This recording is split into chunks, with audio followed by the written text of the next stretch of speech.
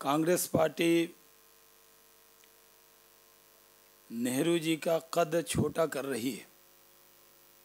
नेहरू जी देश के नेता थे, कांग्रेस उनको पार्टी के दायरे में सिमटना चाहती। जिस तरह से आज कांग्रेस की अध्यक्षा और उनके उपाध्यक्ष नेहरू जी के जन्मदिन का अवसर का लाभ लेते हुए अपनी पार्टी की सियासत कर रहे हैं। आज भी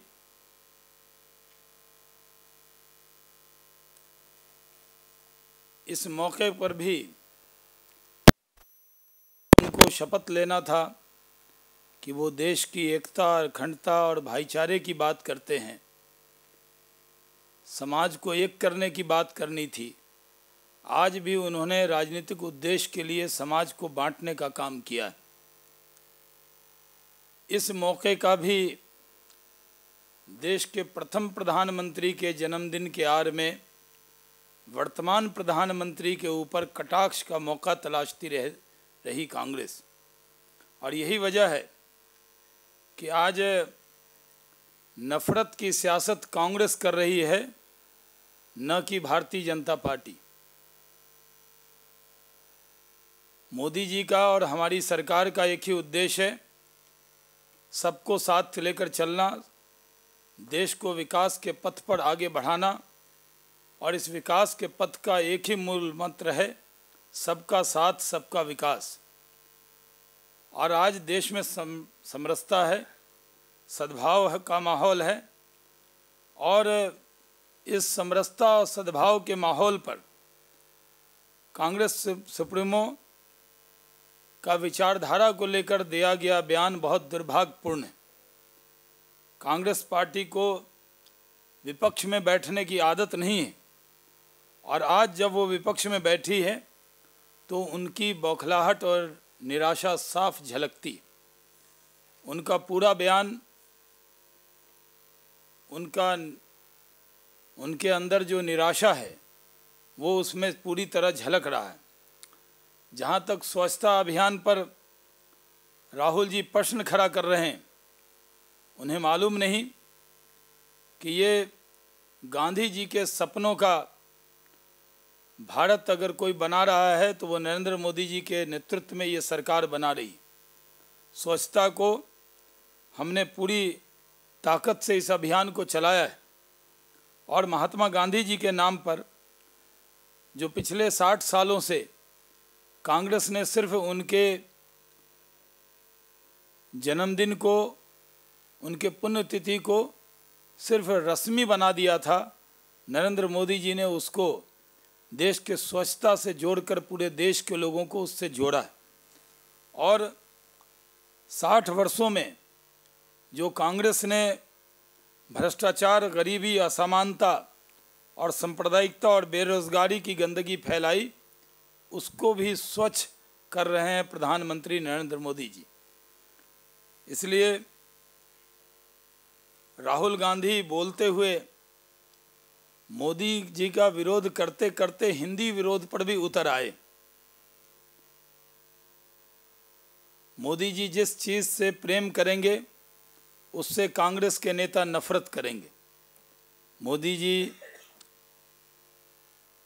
अगर हिंदी से प्रेम करते हैं, इस देश से प्रेम करते हैं, और नफरत वो करते हैं तो भ्रष्टाचार से, नफरत वो करते हैं तो बेरोजगारी से और जो असमानता है उससे, लेकिन विरोध करते करते राहुल जी ने हिंदी का ही विरोध कर डाला है। भाषा संपर्क के लिए होती है और हिंदी को महत्व देना किसी भाषा की उपेक्षा नहीं। हमारी सरकार सबको लेकर चलना चाहती है, सब भाषा का सम्मान है, लेकिन सब भाषा के सम्मान के साथ साथ सिर्फ ये कहना कि अंग्रेज़ी का गुणगान, तो अंग्रेज़ी के विरोध में भी हम लोग नहीं हैं, लेकिन अंग्रेजी का गुणगान राहुल जी को करने का पूरा अधिकार है, लेकिन हिंदी का अपमान करने का उनको कोई अधिकार नहीं। बहुत बहुत धन्यवाद।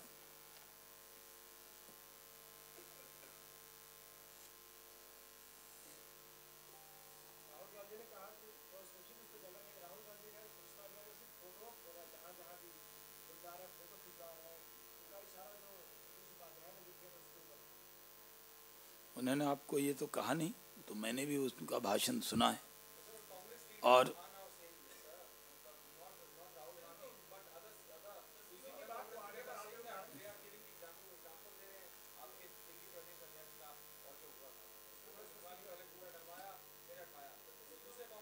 देखिए, जो कांग्रेस ने देश के अंदर 60 सालों में बेरोजगारी का, सांप्रदायिकता का, असमानता का कूड़ा फैलाया है, उसको भी हम हटा रहे हैं और देश को स्वच्छ भारत बना रहे हैं, महात्मा गांधी के सपनों का भारत बना रहे हैं। राहुल गांधी जी को इसको समझने में थोड़ा वक्त लग रहा है, लेकिन देर सवेर वो भी समझेंगे कि जो महात्मा गांधी का सपना था, अगर उसको हम पूरा कर रहे हैं, इस पर राहुल गांधी को एतराज़ नहीं होना चाहिए।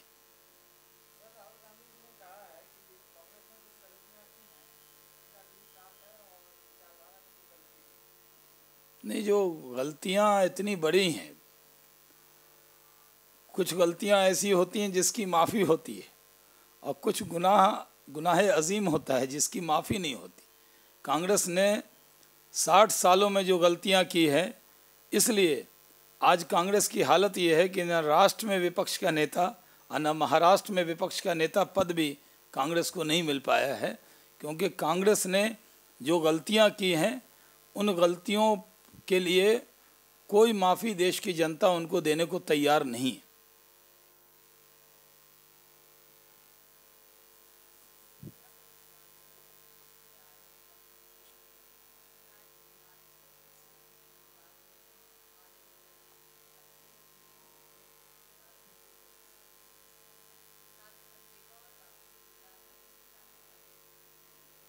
देखिए, नीतीश कुमार जी बेतिया आज गए हैं, कल मांझी जी को वहाँ भेजा था। मांझी जी ने कहा कि जो स्वर्ण जाति के लोग हैं वो बाहर से आए हैं, और ये बयान दिलवाकर वो बिहार में जातीय उन्माद पैदा करना चाहता है जदयू। दूसरी तरफ नीतीश कुमार जी के पास अगर स्पेशल राज्य की बात वो बराबर करते हैं, और जब स्पेशल राज्य की पैरवी का वक्त था, स्पेशल राज्य की वकालत का वक्त समय था, तो वो खुद सत्ता छोड़कर सत्ता से भाग गए। और आज जो भी रुके हुए प्रोजेक्ट हैं, वो जो पिछले यूपीए की सरकार में नहीं हुए, वो नरेंद्र मोदी जी की सरकार उसको पूरा कर रही है। इसलिए बिहार को इंसाफ मिलेगा, बिहार को न्याय मिलेगा, और नरेंद्र मोदी जी के दिल में बसता है बिहार। इसलिए नीतीश कुमार जी अपनी पार्टी की चिंता करें, बिहार की चिंता करने के लिए भारतीय जनता पार्टी सक्षम है।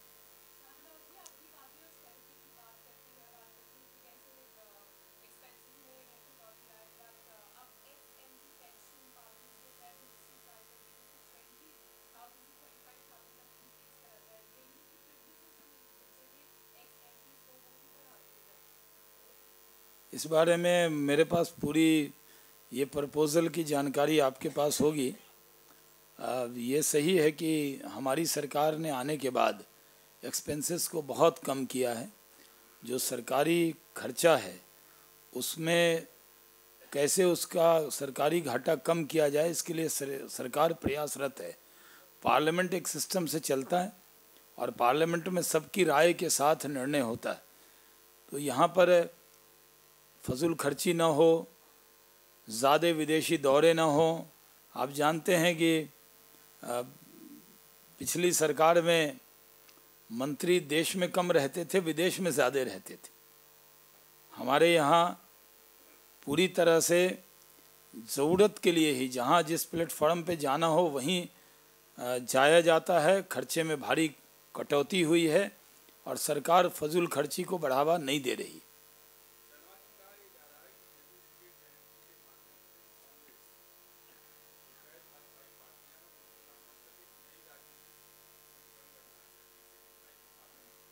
अब सोनिया गांधी जी और राहुल जी के नाम पे तो लामबंद कर नहीं सकते। अगर वो नेहरू जी की जयंती का अवसर उठाकर उसमें भी अपनी सियासत करना चाहते हैं तो करें, उनको पूरा अधिकार है। और कांग्रेस इस तरह की सियासत करके आप उनकी जयंती मना रहे हो, तो देश के प्रथम प्रधानमंत्री की जयंती पर वो देश के नेता थे और फ्रीडम फाइटर थे, देश के प्रधानमंत्री के तौर पर उन्होंने काम किया। इसलिए हम लोग उनको कांग्रेस के नेता के तौर पे नहीं, देश के नेता के तौर पे देखते हैं।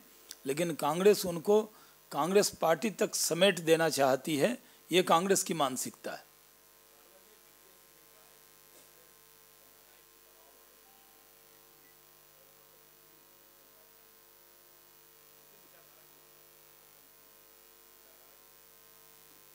कट्टरपंथी मुस्लिम विचारधारा को बढ़ाने वालों में से जो अग्रणी नाम है उसमें दिग्विजय सिंह जी का भी है। बटला हाउस जाकर जो उन्होंने बयान दिए थे तब, वो आज तक लोगों को याद है। भारतीय जनता पार्टी सांप्रदायिक सौहार्द चाहती है और हमारी सरकार सांप्रदायिक सौहार्द के लिए काम कर रही है। देश में आज बहुत अच्छा वातावरण है। कांग्रेस से ये अपील है कि इस अच्छे वातावरण में जिस तरह से वो उसको बिगाड़ने की साजिश कर रही है उसको बंद करे, क्योंकि देश में सत्ता के लिए वातावरण को बिगाड़ने का काम कांग्रेस को नहीं करना चाहिए। आज देश के लोग मिलकर रह रहे हैं और प्रधानमंत्री नरेंद्र मोदी जी के नेतृत्व में देश में जो सांप्रदायिक सौहार्द बना है, जितना डर कांग्रेस ने दिखाया था, आज कांग्रेस उन सारी चीज़ों के लिए जनता के बीच में जाने में झिझक रही है, क्योंकि मोदी जी आएंगे और ये कहकर जो डर और फियर फैक्टर पैदा किया था, आज कांग्रेस के पास इसका कोई जवाब नहीं है। इसलिए वो इस तरह का बयान देकर देश की जनता को भ्रमित कर रहे हैं।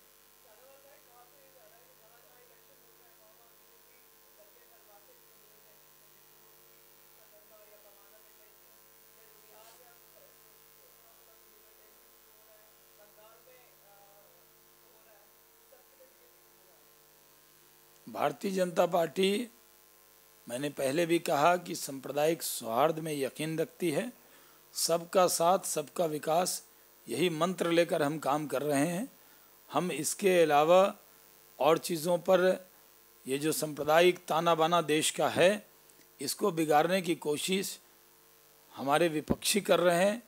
कहीं पर कोई सांप्रदायिक तनाव नहीं है। छुटपुट घटना कहीं कहीं हुई है, उसको कंट्रोल किया गया है जहां हमारी हुकूमत है, और इस मंत्र को हर घर तक पहुंचाया गया है, सबका साथ सबका विकास।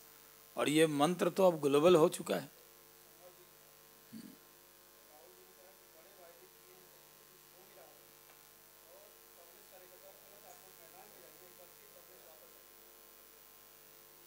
हाँ, तो वो मैदान में नहीं थे ना, इसलिए तो वो कह रहे हैं मैदान जाइए। और इसलिए हो गया, दे दिया जवाब मैंने। देखिए, कांग्रेस को दिखता नहीं है तो हम क्या करें। राहुल गांधी जी को काम तब दिखता था जो कोल में काम हो रहा था, 2G स्पेक्ट्रम में काम हो रहा था, जब आदर्श सोसाइटी में कुछ काम हो रहा था, उस तरह का काम ही देखने की आदत है उनको।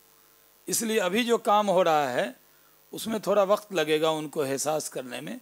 देश की जनता को एहसास है, इसलिए जहाँ भी विधानसभा के 2 चुनाव हुए हैं, हरियाणा और महाराष्ट्र में, वहाँ की जनता को एहसास है, कांग्रेस को एहसास नहीं है। इसलिए राहुल गांधी इस तरह का बयान दे रहे हैं। खुद उनको भी मैदान में रहना चाहिए, कभी कभी मैदान में दिखते हैं वो।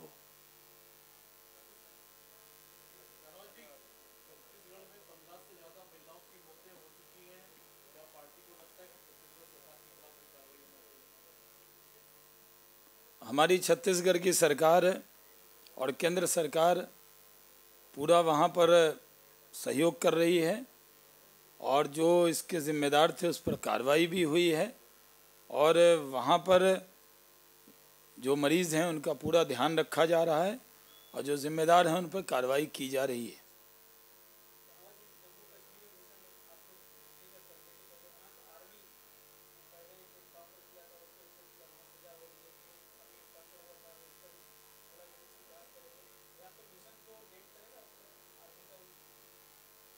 देखिए, हमारा जो मिशन कश्मीर है, भ्रष्टाचार मुक्त, परिवार मुक्त और विकास युक्त कश्मीर बनाना है। जम्मू कश्मीर के अंदर भारतीय जनता पार्टी की अगली सरकार बनेगी, क्योंकि जम्मू कश्मीर की जनता को एहसास हो गया है कि उनके दुख दर्द को कोई दूर कर सकता है तो वो नरेंद्र मोदी दूर कर सकते हैं। और जो विश्वास नरेंद्र मोदी जी पर बना है, वो विश्वास हमारे लिए बहुत बड़ी ताकत है। और बड़ी तादाद में सब समाज के लोग भारतीय जनता पार्टी में शामिल हो रहे हैं और भारतीय जनता पार्टी वहाँ पूरी ताकत से चुनाव लड़ रही है और इस बार हम सरकार बनाने के लिए वहाँ चुनाव लड़ रहे हैं।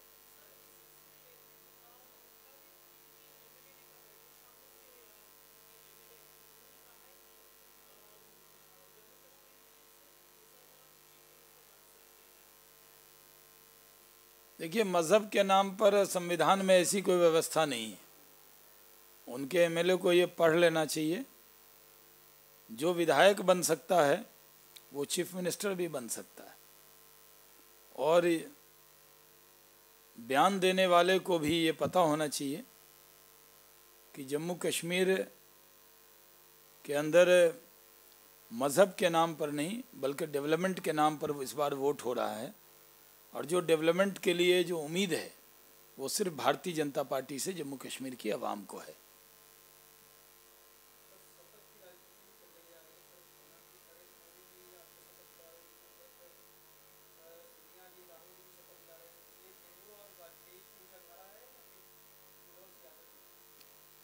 चलिए, नरेंद्र मोदी जी के नक्शे कदम पर एक कदम तो कांग्रेस चली।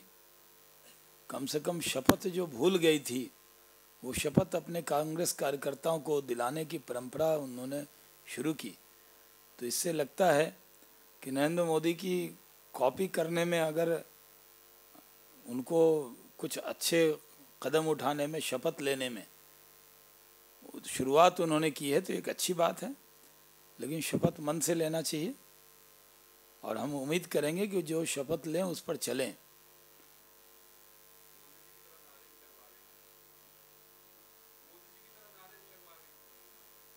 अब वंदे मातरम देश का नारा है। कांग्रेस थोड़े दिन पहले भूल गई थी। अगर उस वंदे मातरम को, जब कोई वंदे मातरम कहता था तो उसको लोग समझते थे कोई भाजपा ही खड़ा है। हमारे लिए ये सुखद समाचार है कि वहाँ भी वंदे मातरम के नारे ज़ोर से लगे तो और अच्छी बात है।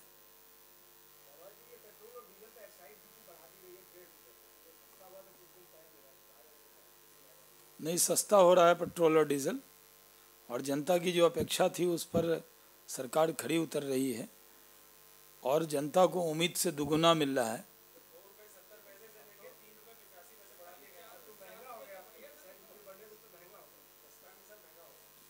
नहीं, अभी यूपीए गवर्नमेंट के मुकाबले हमारी सरकार में पेट्रोल डीजल का दाम कम हुआ है और जनता को इसका सुखद एहसास है।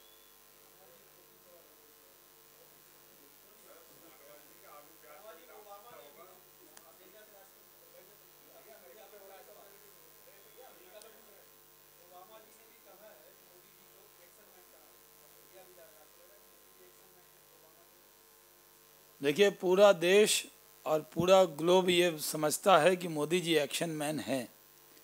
वो जो करते हैं, सिर्फ माफ़ कीजिएगा, कांग्रेसियों को छोड़कर पूरे ब्रह्मांड में लोग इस बात को मानते हैं। सिर्फ कांग्रेसी हैं जिनको कुछ दिखता नहीं है, तो उसका इलाज हम क्या करें। बहुत बहुत धन्यवाद।